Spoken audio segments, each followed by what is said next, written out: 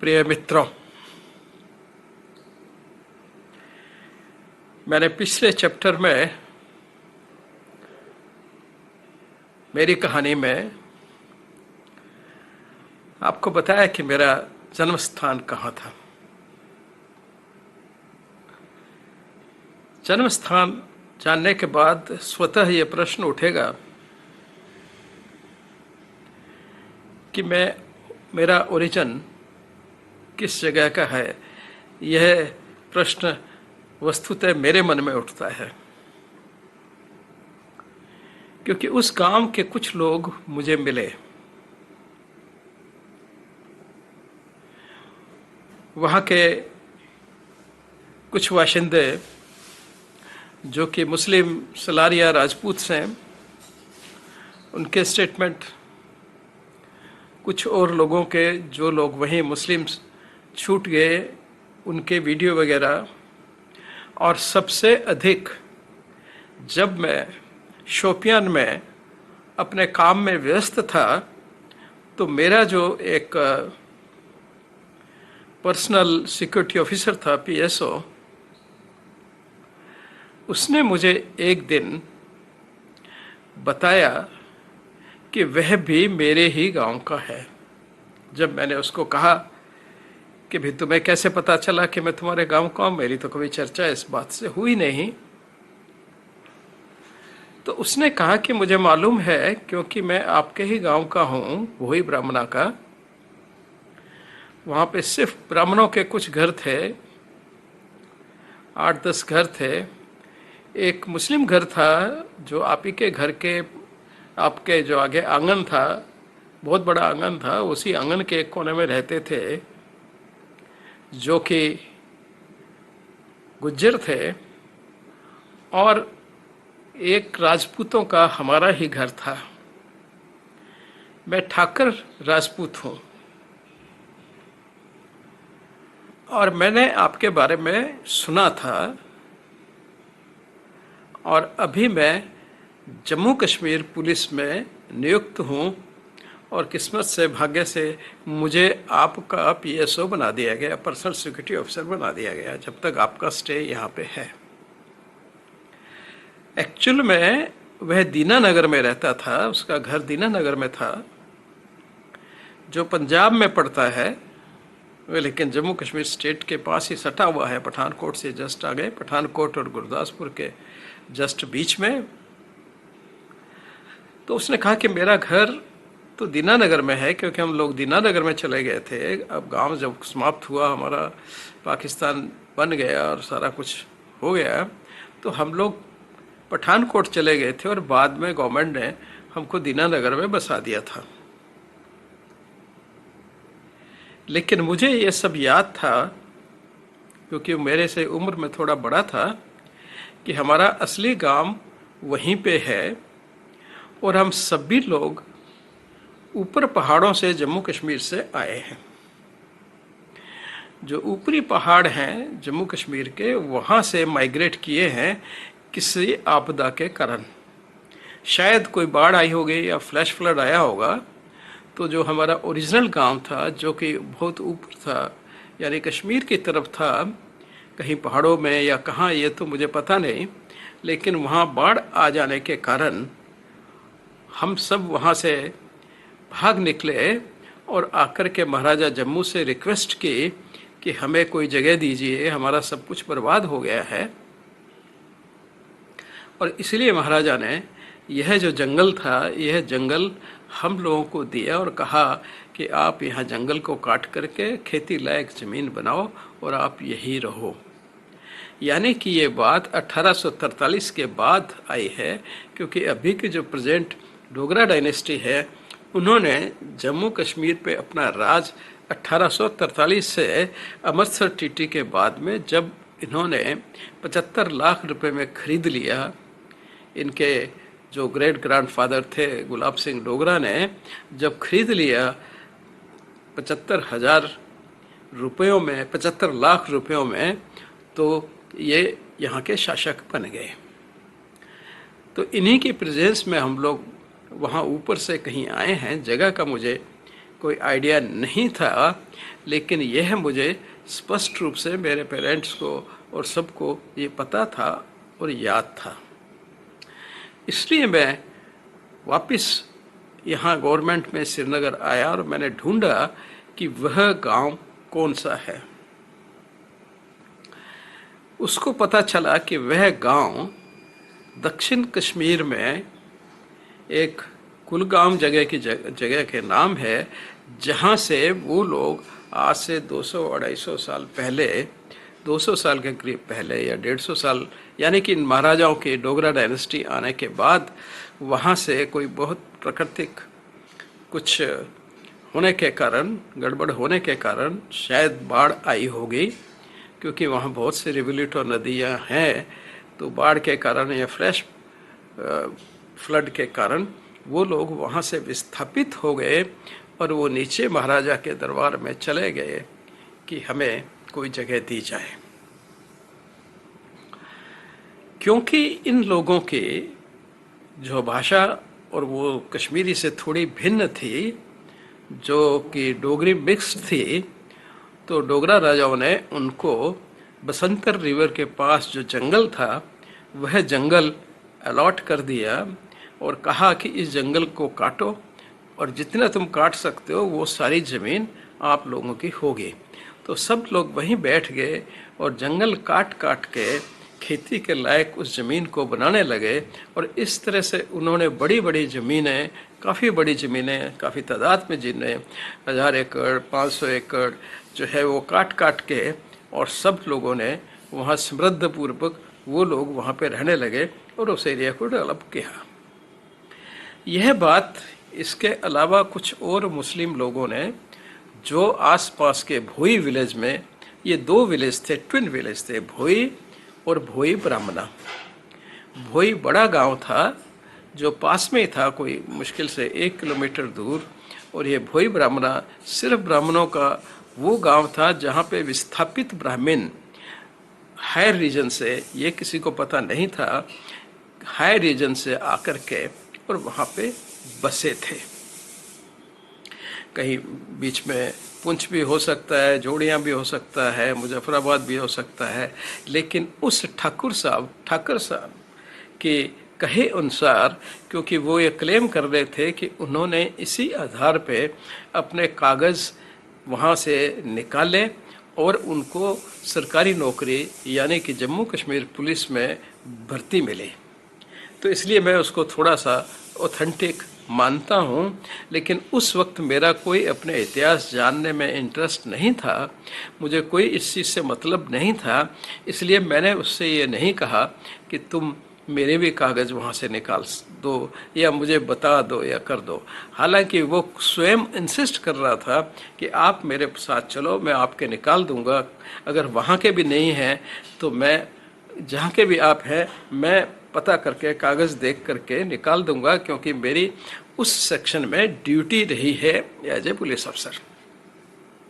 और मैं जो वो गांव है, कुलगांव है, वहाँ भी पोस्टेड रहा हूँ और मैंने सब कागज़ों को तलाश करके उनको देखा है और मेरा ख्याल है कि अब तक वो सब कागज़ वहीं पे होंगे।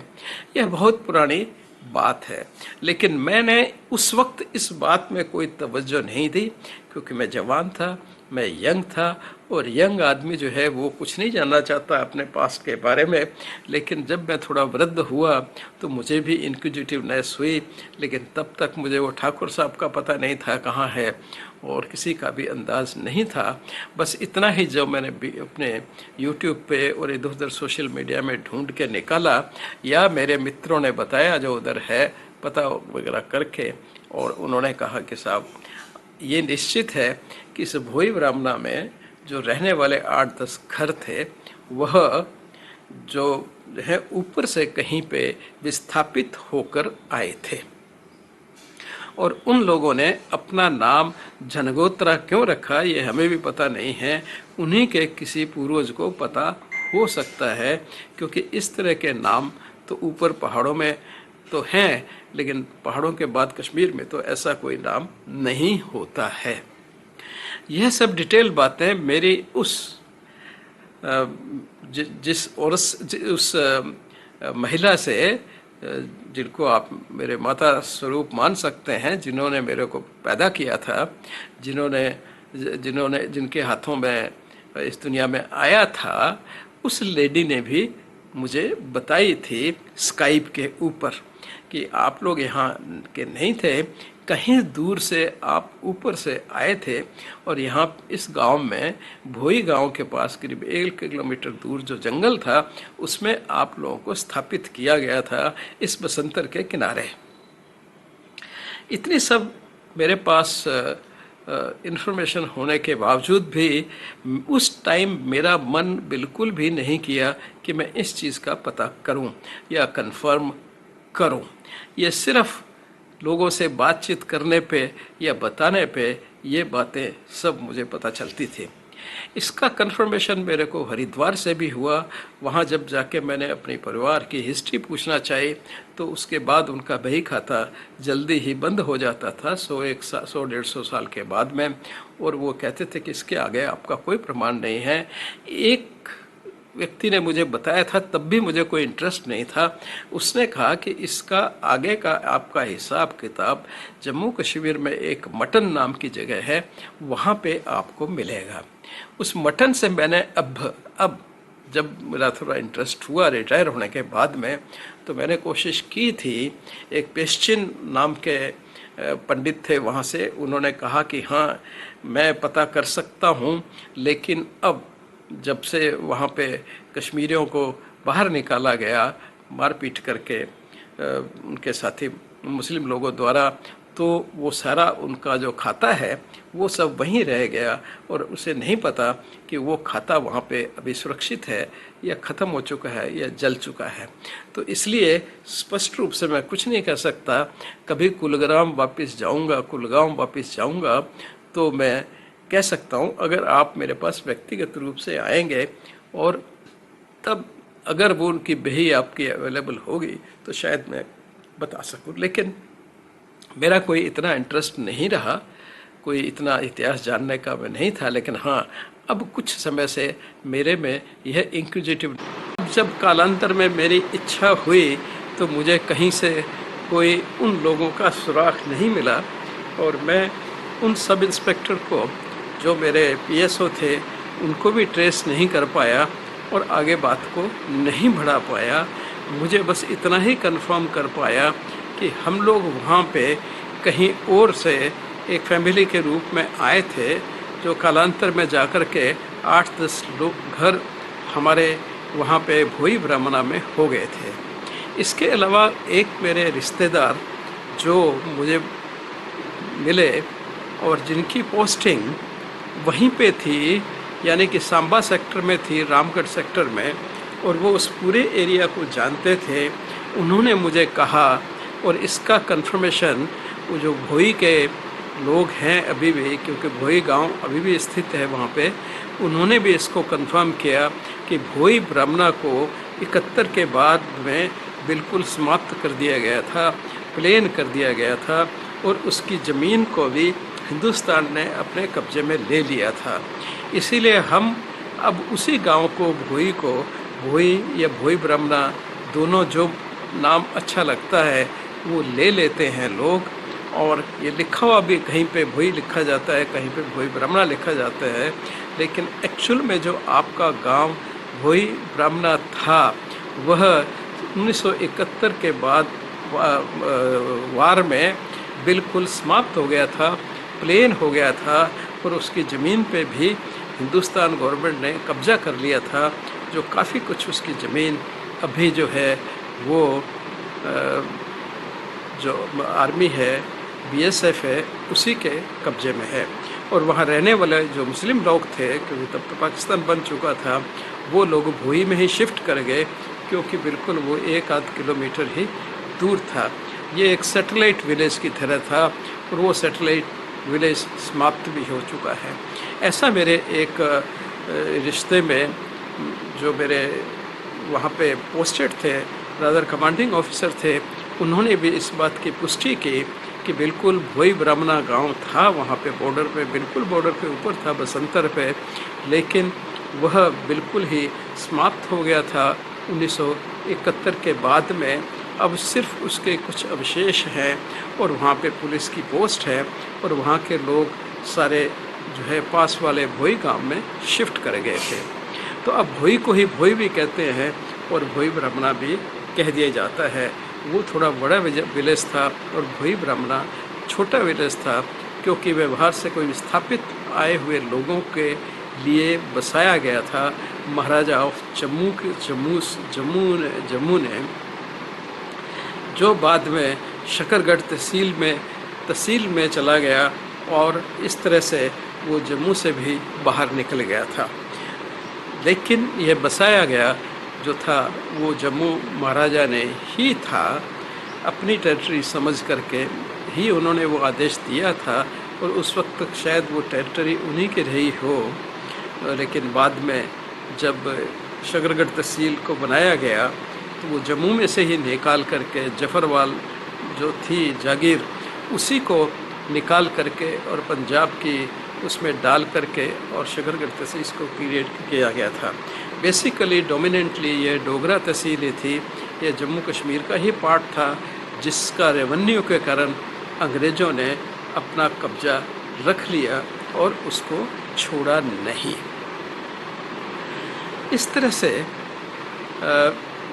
इस बात की न मैं पुष्टि कर सकता हूँ न मैं कोई, लेकिन ये एक घटना, एक हिस्ट्री कह दीजिए या एक जिसे कहते हैं कहावत कह दो या उसको एक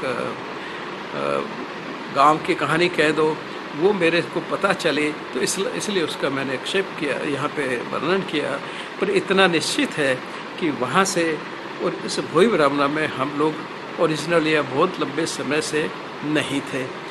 इनमें से जब पाकिस्तान बना तो सिर्फ एक या दो फैमिली ही बाहर गई। एक तो हमारी फैमिली थी, क्योंकि हम लोग, मेरे पिताजी वाकर डीवी वाकर कंपनी में जो अमेरिकन कंपनी थी उसमें काम करते थे, उसमें पोस्टिंग होने के कारण वहाँ से बाहर चले गए। और दूसरे एक लालचंद जी जो मेरे पिताजी के कज़न थे वो वकील बन गए और अपने टाइम के पंजाब में अमृतसर में बहुत बड़े वकील हुए। आज भी उनके नाम से वहाँ पे लालचंद झनगोत्रा चुराया है और काफ़ी प्रसिद्ध वकील वो बने। मैं उनसे एक बार मिला भी था 60s में अपने पिताजी के साथ। तो वो क्योंकि अमृतसर पढ़ने गए और फिर वहीं बस गए, वहीं प्रैक्टिस करने लगे और वहीं वकील हो गए, उनका परिवार वहाँ पे है, तो वो वहाँ पे जाके सेटल हो गए थे। एक हमारा परिवार था जो पिताजी डीवी वाकर से लाहौर गए, लाहौर से काबुल, काबुल से झंग मंगियाना से फिर राजस्थान में लुहारू होते हुए सीकर से बीकानेर। तो इस तरह से वो भटकते भटकाते फाइनली बीकानेर में जाकर अटक गए। वहाँ पे जितने भी आसपास रीजन में गांव थे, मेरा ऐसा ख्याल है कि शायद सारे ही वो इसी तरह से ऊपर के पहाड़ों से कहीं आए हुए थे, जो समय समय पर आते रहते थे। और राजा या महाराजा उस टाइम के, चाहे डोगरा डायनेस्टी या डोगरा डायनेस्टी से पहले, वो उनको वहाँ बसाया करते थे, क्योंकि उन सबके हम रिश्तेदार थे, हमारी ही कम्युनिटी के थे, सारे सारस्वत ब्राह्मण थे और कास्ट ग्रुप भी सबका करीब करीब एक जैसा ही, जैसे वहाँ पे त्रा लगता है पीछे, मनसोत्रा, झनगोत्रा, लाइक दैट। तो उस तरह से उनका था। और एक डोमिनेंट क्लास जो उसके अंदर हमारी थी वो खजूरिया थी। मेरा ननियाल खजूरिया ही था। तो इस तरह से कास्ट ग्रुप को देखते हुए पठानकोट से लेकर के और उधमपुर तक ये सारा एक बड़ा समरसता वाला कास्ट ग्रुप था। और इनके ओरिजिन का जिसका न किसी ने कभी स्टडी की है और न ही किसी ने इसका अध्ययन किया और पता लगाया कि ये लोग कौन हैं, कहाँ से आए। हालांकि राजपूत लोग जो प्राइमरली राजस्थान से आए हैं और महाराजा आज के जो हैं वो जॉबनेर के रहने वाले हैं, जिस पे मैंने पहले एक पूरा वीडियो बनाया था कि ये जॉबनेर पंजाब जयपुर के पास 40 किलोमीटर दूर जो नगर है जॉबनेर, वहाँ से ये लोग निकल कर के आए और यहाँ पे इन्होंने अपना आधिपत्य जमाया मुसलमानों से, अंग्रेज़ों से। एक ट्राईपार्टीट संधि में 1843 में अमृतसर संधि जिसको कहते हैं, उसके अंतर्गत उन्होंने ये 75 लाख रुपए में ख़रीदा था और यहाँ मकान बनाया। तो इस तरह से थोड़ी J&K की बड़ी कॉम्प्लेक्स हिस्ट्री होने के कारण, बड़ा वनरेबल होने के कारण, क्योंकि हिंदुस्तान के टॉप पे है, मुकुट है और वहाँ पे बहुत ही हमले होते रहे, तो उस तरह से इसकी ज्योग्राफी बिगड़ती रही। 1800 की एक एटलस मुझे देखने का मौका मिला कनाडा में। मैं किसी के यहाँ पेइंग गेस्ट ठहरा था और उनके बाद बाय द वे एटलस थी 1800 की, और ग्लोब भी था जो उनके फादर ने, कभी ग्रैंडफादर ने ख़रीदा था और वो उनके घर में उन्होंने सजा के रखा हुआ था एज ए एंटीक।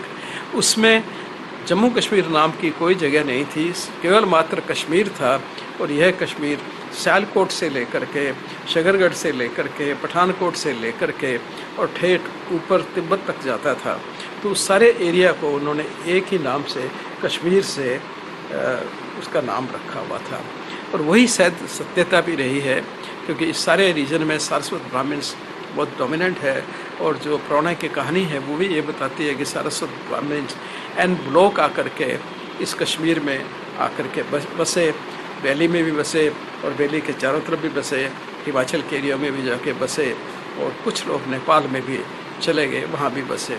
तो अगर उस पुराणों के इतिहास को भी देखें तो यह कहानी मिलती सी है, और लगता है कि शायद यह सारस्वत कम्युनिटी बाहर से आई, और बाहर से आने के बाद भी नेचुरल विपदाओं के कारण इधर उधर भटकती रही, और आपस में डिस्कनेक्ट हो जाने के बाद में उनके सरनेम के तरीके वो बदलते रहे। लेकिन एक बात निश्चित है, ख़ास करके जम्मू कश्मीर के और ब्राह्मणों के, सरस ब्राह्मणों की, कि उन्होंने सफिक्स जो अपना नाम लगाया वो किसी गांव का नाम, किसी पेड़ का नाम, किसी काम का नाम, मतलब यानी कि आपसे रिलेटेड किसी परिस्थिति को अपने नाम के साथ जोड़ करके और उन्होंने अपने कास्ट ग्रुप को क्रिएट किया।